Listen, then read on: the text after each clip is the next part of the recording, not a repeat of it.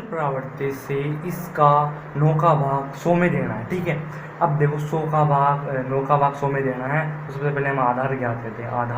आधार जानते हैं, आधार कितना है 10 मानेंगे। अब देखो इन 9 किसके पास में, 10 के पास में। अब देखो ये 9, देखो हम सिंपल भाग करते हैं, 10 में 9 गए तो 1 बचेगा। अब 1 किसका बचेगा, प्लस का बचेगा। बट यहाँ पे देखते हैं कि आधार है, आधार से अगर छोटा होगा, ये भाजक छोटा होगा तो ये माइनस में आएगा, है ना। और अगर ये बड़ा होगा, ये आधार से बड़ा होगा तो ये प्लस में आएगा। ठीक है, अब देखो यहाँ पे हम लिखते हैं सबसे पहले तो यहाँ पे लिखते हैं भाजक,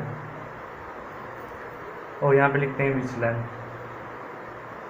यहाँ पे लिखते हैं परिवर्तित अंक। ठीक है, अब यहाँ पे 4 लाइन का एक पेयर, फिर दूसरा और 3 डब्बे यहाँ पे हम बनाएंगे। पहला डब्बा, ये पहला डब्बा हो गया, दूसरा डब्बा, तीसरा डब्बा। अब यहाँ पे भाजक कौन सा है, 9 है। विचलन कितना आया, देखो यहाँ पे बता देता हूँ, 10 माइनस 1 9 करो तो कितना आएगा 1। अब देखो इससे कितना है, इससे कम है ना तो इसको माइनस में लेंगे हम। ठीक है, वैसे अगर हम माइनस करते हैं तो ये माइनस में नहीं प्लस में आता है, बट यहाँ पे कुछ और सिस्टम लगता है तो यहाँ पे हम माइनस का ये आएगा। ठीक है, माइनस उसको ऐसे लिखेंगे। ठीक है, अब इसको परिवर्तित करेंगे तो ये प्लस में चेंज हो जाएगा, यहाँ पे प्लस में चेंज हो गया। ठीक है, अब यहाँ पे एक लाइन खींच ली, और यहाँ पे देखो आधार में कितनी 0 1 0, तो एक अंक इधर लिख दो, लास्ट का एक ये अंक है ना लास्ट का, तो ये तो इधर लिख दो, और ये बचे 2 अंक इधर लिख दो। अब पहला अंक तो इसके अंदर ऐसा कैसा, इसमें तो ये सबसे अच्छी बात लगती है मेरे को कि पहला अंक तो ऐसे कैसे आ जाता है। अब इस पहले अंक को इस परिवर्तित अंक से गुणा करो, पहला अंक परिवर्तित अंक से गुणा होगा तो 1 को 1 से गुणा करो तो 1। अब देखो यहाँ पे तो ये किसका है, प्लस का है, तो यहाँ पे प्लस का 1 और माइनस का 0, तो यहाँ पे प्लस का 1। फिर से ये 1 आया, फिर से इसको परिवर्तित अंक से गुणा करो। देखो मज़ा आ रहा है ना, तो फिर से इसको गुणा किया तो यहाँ पे फिर से 1 आ गया, और यहाँ पे इस प्लस का 1 और प्लस का 0, तो यहाँ पे 1 हो गया। ठीक है, अब यहाँ पे भागफल तो कितना आया,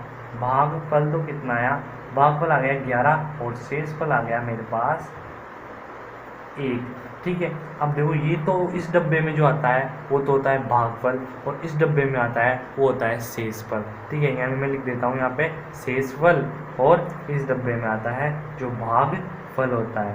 ठीक है, अब देखो मैं इसको नॉर्मल भाग से भी करके बताता हूँ। देखो यहाँ पे मैंने ऐसे लिखा, ये नॉर्मल भाग लिखा, यहाँ पे मैंने 100 का भाग दिया, 9 का भाग 100 में दे रहा हूँ, 9 एकम 9, तो यहाँ पे कितना बचा शेषफल 1।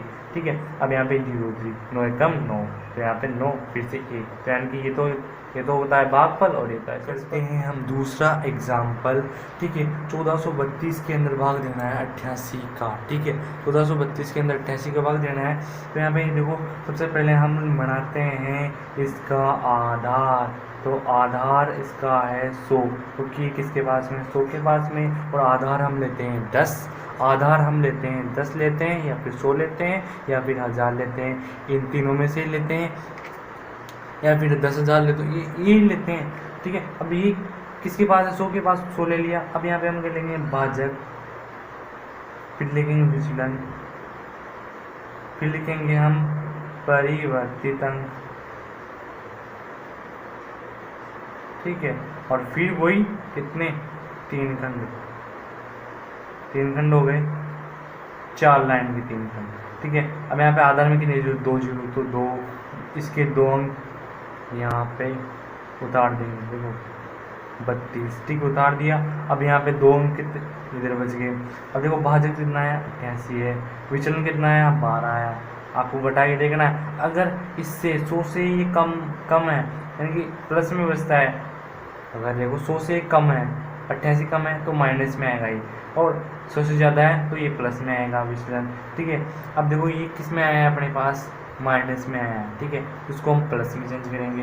तो इस परिवर्तित अंक, यहाँ पे इसका मतलब भी क्या है, परिवर्तित अंक का मतलब क्या है, इसको चेंज करना है। यहाँ पे 12 प्लस के हो जाएंगे। ठीक है, अब देखो, अब यहाँ पे क्या है, अपने को सोल्व करना है। पहला अंक तो यहाँ पे ऐसे कैसा, अब देखो इसमें एक यही मजा है कि पहला अंक तो ऐसे कैसे, कुछ सोचने की जरूरत ही नहीं, पहला अंक ऐसे ऐसे, ये सब करने के बाद में पहला अंक ऐसे ऐसे। अब पहले अंक को 12 से गुणा करो, तो 1 का गुणा 12 से गिरा तो 12 आ गए, तो यहाँ पे 12 लिख दिए। ठीक है, यहाँ पे प्लस के ना 12, तो यहाँ पे जुड़ेंगे 4 1 5।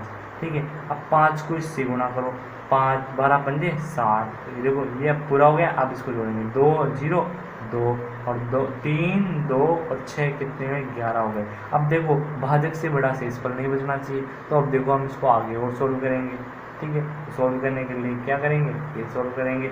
अब देखो 88 को इसके अंदर से घटा देंगे तो मेरे को पूरा विश्वास है कि इससे 112 में से 88 घटा देंगे तो 88 से कम आ जाएगा, तो हमारा वही शेषफल होगा। तो यहाँ पे 88 रखेंगे और 88 को इसमें से हम कितने बार घटा रहे हैं, एक बार घटा रहे हैं ना, तो यहाँ पे 1 प्लस कर देंगे। तो 1 प्लस करते हैं, यहाँ पे 16 हो जाएंगे और यहाँ पे 24 बच जाएंगे, क्योंकि सब ट्रैक करेंगे यहाँ पे। ठीक है, सब ट्रैक करेंगे। ठीक है, तो ये तो हो जाएगा अपना भागफल और ये हो जाएगा अपना शेषफल। ठीक है ना, ये तो हो जाएगा अपना भागफल, ये हो जाएगा अपना शेषफल। ठीक है, अब हमारा जो तीसरा एग्जाम्पल, यानी मैंने 3 मोस्ट क्वेश्चन चुने थे, वो तीसरा जो लास्ट क्वेश्चन है वो ये है। अब देखो हमें 1154 में 103 का भाग देना है। अब देखो इसके पास में जो आधार है वो कितना है, आधार मैंने क्या माना, 100 माना। अब देखो यहाँ पे मैं पते की बात आ गई। अब देखो 100 से क्या है, ज़्यादा आ रहा है। ठीक है, तो यहाँ पे प्लस के 3 आएंगे, प्लस के 3 आएंगे नहीं, माइनस के 3 आएंगे, क्योंकि कितना है, ज़्यादा है। ठीक है, अभी बताता हूँ, करके बताता हूँ। देखो भाजक, विचलन और परिवर्तित अंक। ठीक है, अब वो 4 लाइन में 3 खंड बना लिए। ठीक है, बना लिए। अब देखो आधार में कितने जीरो, 2 जीरो, तो 2 ये लास्ट अंक के 2 अंक तो इधर लिख दो, 54 तो इधर लिख दिए, 11 इधर लिख दिए। अब भाजक कितना है, 103। विचलन कितना आया, 0 3, किसका आया, प्लस का आया, तो प्लस का है।